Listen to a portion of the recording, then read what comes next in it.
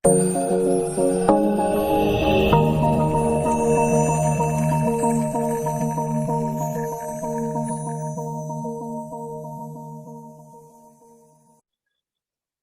bismillahirrahmanirrahim. Assalamualaikum warahmatullahi wabarakatuh. Baiklah ya, ketemu lagi kita di video lanjutan daripada pengenalan pemrograman komputer ya, khususnya dengan aplikasi Visual Basic 2015 ya. Di sini kemarin itu sudah sempat disinggung ya, berhubungan tentang pengenalan pemrograman komputer ya. Khususnya kemarin itu sudah dikenalkan terkait daripada tampilan layar pemrograman Visual 2015 itu seperti apa, tampilan PIB-nya itu seperti apa. Nah, di sini kita melanjuti dari video sebelumnya ya, terkait dari pemrograman PIB 2015. Di sini akan mengenalkan kontrol dalam Visual Studio 2015. Kita kenal dengan kontrol dalam PIB 2015 ya. Jadi di sini Visual Studio 2015 itu merupakan pemrograman yang diarahkan untuk membuat aplikasi yang basisnya itu graphical user interface atau kita kenal dengan GUI ya, di mana pengguna itu akan mengoperasikan aplikasi itu menggunakan tampilan visualnya dan menggunakan kontrol-kontrol yang ditambahkan melalui panel toolbox ya. Jadi semuanya itu tertera dalam atau terdapat dalam toolbox-nya ya. Kita untuk membuat tampilannya mau seperti apa, semuanya adanya di toolbox. Ya, kita lanjutkan. Nah, di sini beberapa kontrol yang sering digunakan pertama-tama itu adalah tampilan layar pertamanya atau kita kenal dengan di sini form-nya ya. Nah, di sini kenapa ada form 1?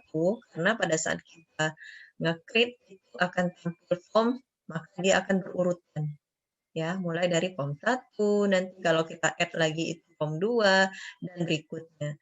Nah, form ini merupakan tempat untuk membuat aplikasi dan meletakkan komponen yang akan dibutuhkan di dalam sebuah aplikasi. Nah, tampilan form ini nanti apa yang mau kita rancang atau kita desain mau seperti apa.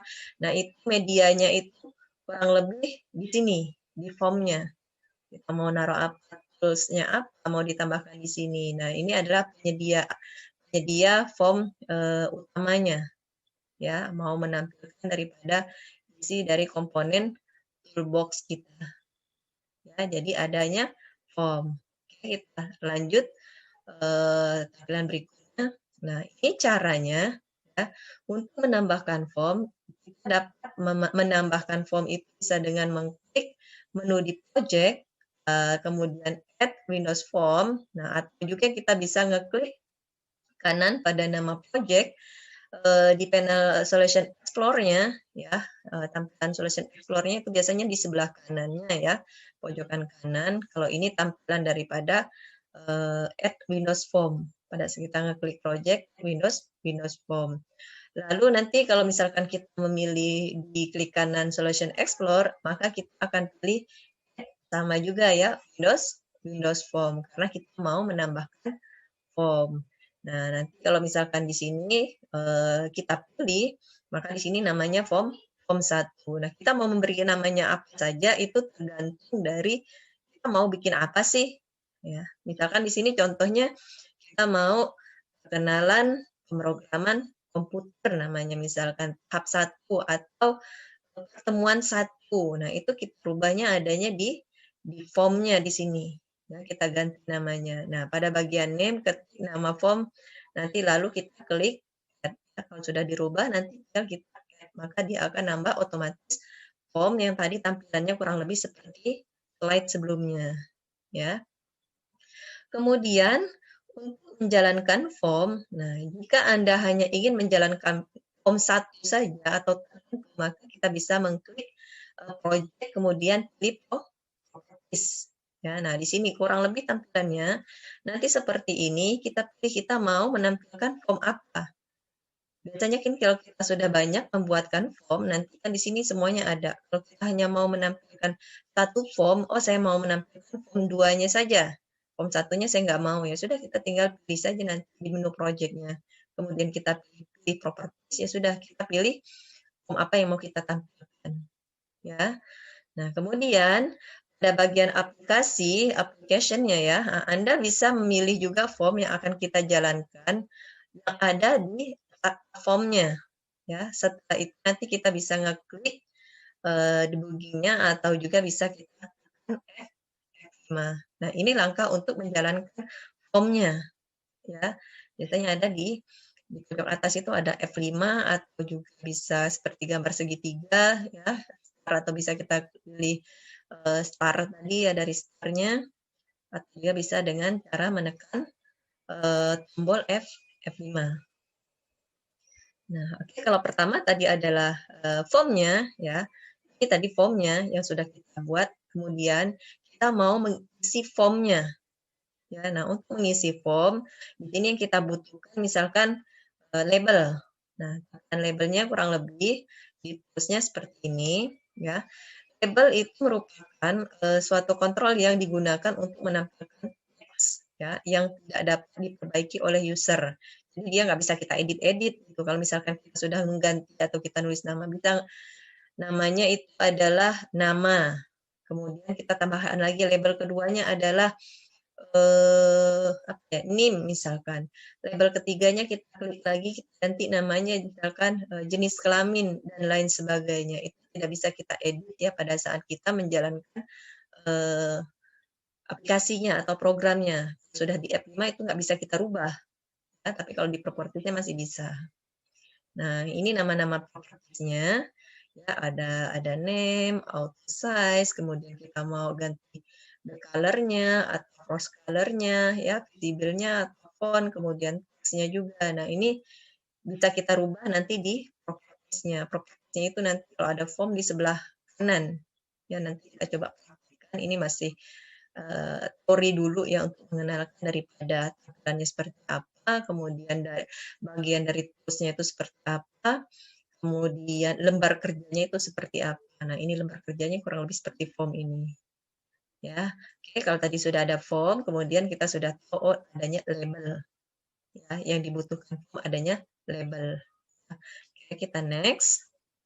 Nah, kalau sudah ada label, yang tadi label itu bisa kita ganti nama. Nama tadi ada NIM, ada nama, ada jenis kelamin, dan lain sebagainya.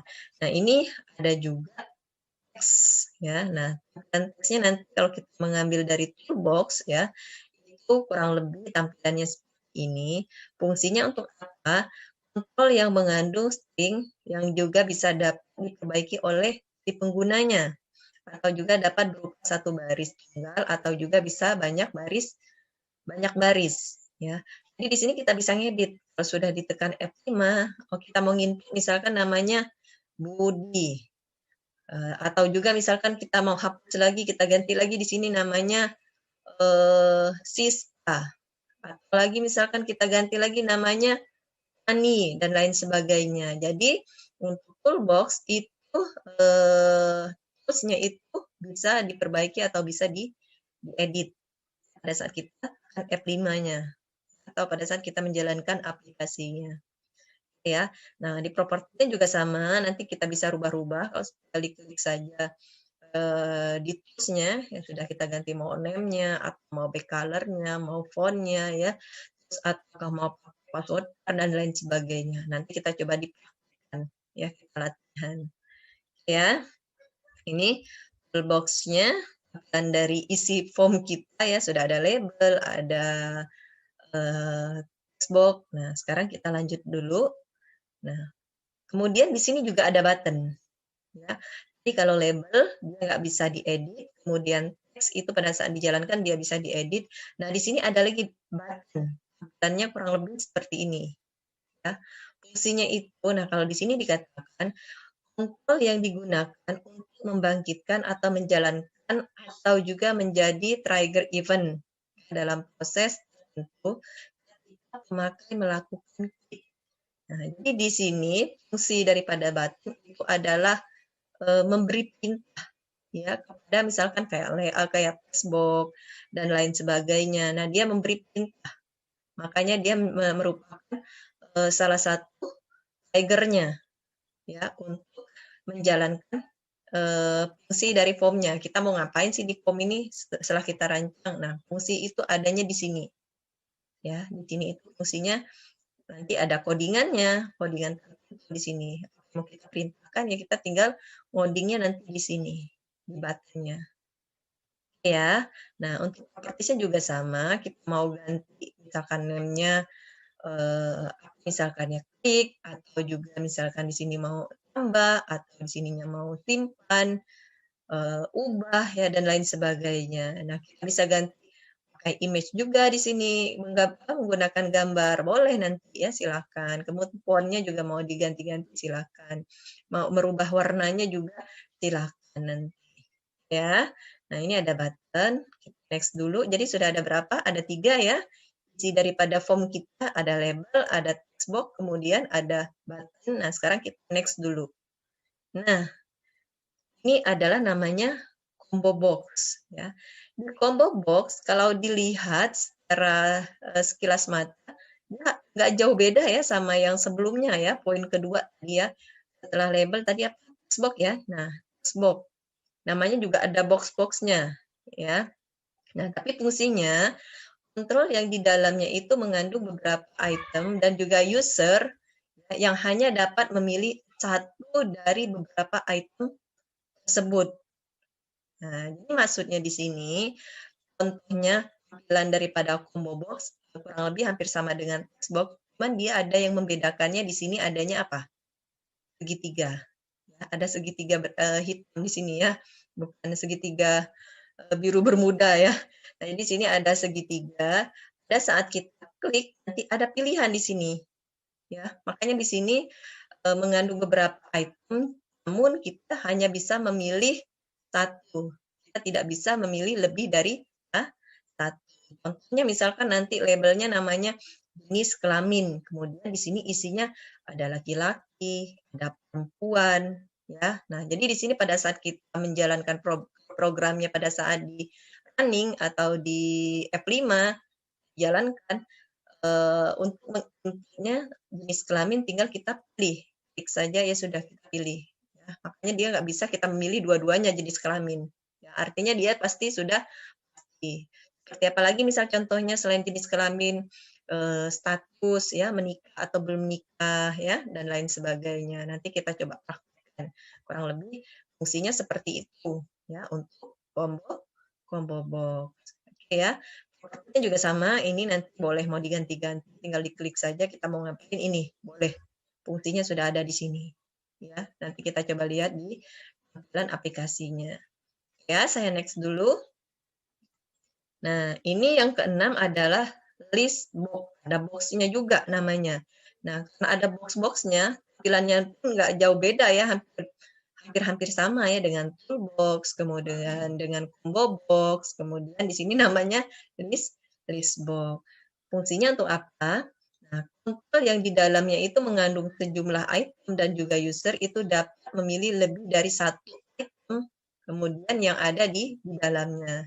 Ya, jadi kalau tadi combo dia hanya bisa memilih satu, sedangkan list box dia bisa memilih lebih dari satu item. Nah, di sini ada caranya untuk menambahkan item pada list box. Bisa kita pilih item dan juga pilih selection mode, multi simple, kemudian itemnya itu bisa kita pilih lebih dari satu.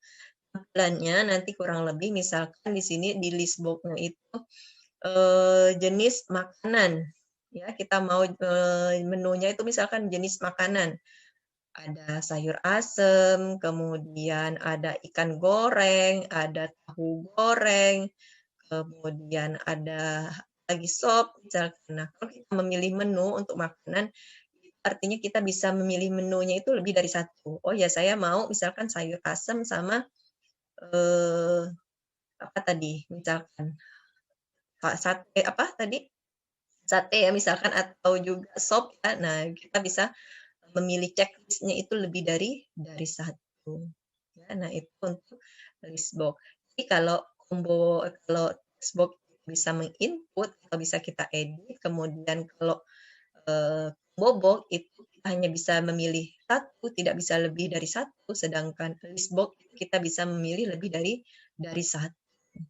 Nah, jadi dari fungsi-fungsi ini harusnya kita sudah punya bayangan ya nanti seperti apa fungsinya pada saat kita melihat orang menginput. Mungkin sudah bisa lihat di video saya yang sebelumnya tentang mendemokan aplikasi pemrograman ya yang menggunakan Visual Basic 2015 yang sudah saya sharekan juga di video sebelumnya ya. Bisa ditonton di situ.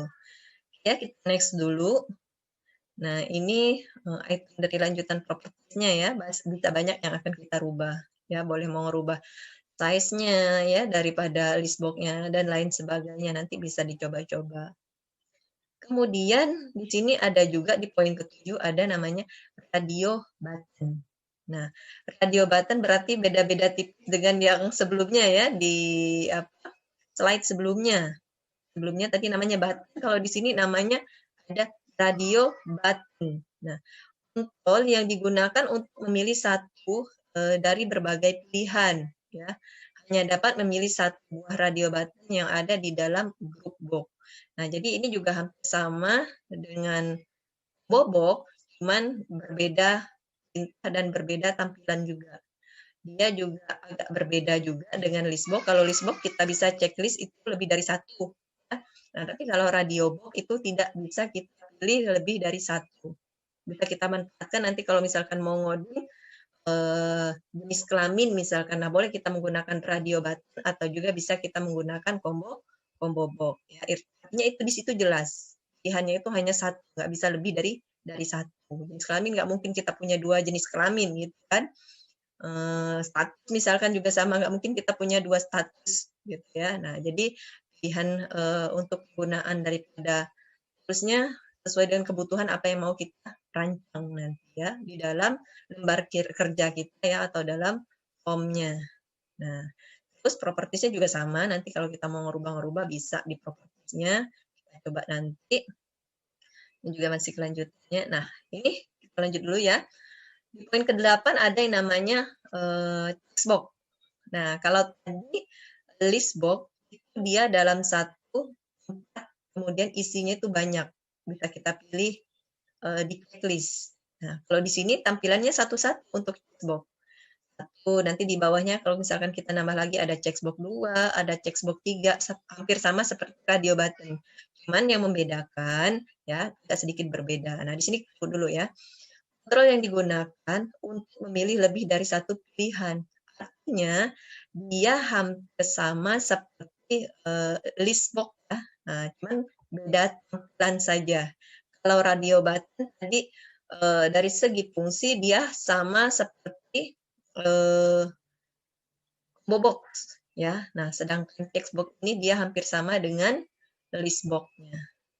Oke. Ya, jadi berbeda tampilannya dan juga perintah daripada codingannya juga berbeda tentunya ya. Oke. Kemudian yang ke-9 itu adalah group box. Nah, di sini kontrol yang digunakan sebagai kontainer bagi kontrol lainnya. Biasanya digunakan untuk mengelompokkan. Ya, ini fungsinya nggak terlalu signifikan, dia hanya mengelompokkan saja. Misalkan kelompok menu makanan, ya sudah menu makanan di sini isinya ada nama makanannya, jenis makanannya, harganya, dan lain sebagainya. Kemudian kita bikin lagi dalam satu form itu grup kedua, minuman, jenis minuman gitu. Isinya nama minumannya, dan lain sebagainya. Jadi dikelompokkan dalam grup, dalam satu form itu banyak grupnya. Ada grup makanan, ada grup minuman, misalkan ya, dan lain sebagainya. Ya. Oke, saya next. Nah, kemudian di poin 10, di sini ada datetime picker. Nah, datetime picker ini digunakan untuk menampilkan tanggal pada suatu form. Nah, kalau kita membutuhkan mau desain apa atau mau membuat rancangan seperti apa mau yang kita buat, nah itu kalau kita membutuhkan untuk penggunaan tanggal, ya kita menggunakan nama toolsnya itu datetime picker ya. Makanya kurang lebih seperti ini. Nah, tanggalnya juga kita mau merubah seperti apa, mau bulan dulu misalkan, kemudian baru atau tahun dulu. Nah, itu bisa kita edit atau kita rubah-rubah di propertiesnya nanti ya di sininya. Oke. Nah, ke-11 ada yang namanya juga list view ya. List view ini digunakan untuk menampilkan data yang bentuknya biasanya jamak ya. Kurang lebih tampilannya seperti ini, misalkan dalam pengelompokan. Kelompokan misalkan menu makanan. Kita kelompokkan nama makanannya, harga makanannya, kemudian satuannya. Nah, itu kita kelompokkan nanti ya dalam bentuk kelompok-kelompok. Tabel lah ya, seperti tabel kurang lebih mengelompokkannya dalam bentuk tabel. Di sini namanya list view. Nah, ini ada cara ya untuk membuat judul kelompok itu kita bisa memilih klik kolom, kemudian tombol yang ada di sebelah kanan. Nah, ini kurang lebihnya seperti ini. Nanti kita add, sudah nanti kita tinggal add saja, nanti banyak. Mau bikin kolom apa? Oh, misalkan nama, ya sudah add, di sininya kita ganti teksnya nama. Kemudian setelah nama saya mau di sini misalkan harga, ya sudah kita add lagi, nambah lagi di sininya nama harga. Kemudian satuannya ya sudah kita add lagi di sini, kita rubah lagi teksnya namanya satuan, maka nanti dia akan nampilinnya kurang lebih seperti tabel kolom gitu ya. Nah, tabel kolom gitu ada nama makanannya, ada harganya, ada satuannya. Nah, bisa melihat nampilin hasilnya, nanti kita view-kan, kita detail itu nanti kita coba ya saya praktekkan dalam aplikasinya. Oke. Kita next. Nah, berarti selesai ya. Nah, jadi untuk pengenalan daripada toolsnya ya, daripada kontrol di dalam sebuah aplikasi PIBI 2015, itu tadi yang dikenalkan hanya ada 11, sebenarnya itu banyak, cuman yang biasa sering digunakan, jadi yang dikenalkan itu yang sering digunakan dulu ya, untuk yang selebihnya kita bisa coba-coba dipraktekkan nanti ya. Oke, jadi untuk pengenalan kontrol isi daripada pemrograman Visual Basic 2015 kurang lebih seperti yang sudah dijelaskan tadi. Insya Allah di next video kita akan melanjutkan lagi ya, entah dari toolsnya atau juga nanti dari menghasilkan label teks kita satukan dalam bentuk dalam satu form ya, nanti kita tampilkan dalam satu form. Oke, jadi untuk hari ini saya rasa cukup dulu. Kita lanjutkan next video ya, di video berikutnya. Saya rasa cukup dulu ya. Assalamualaikum warahmatullahi wabarakatuh.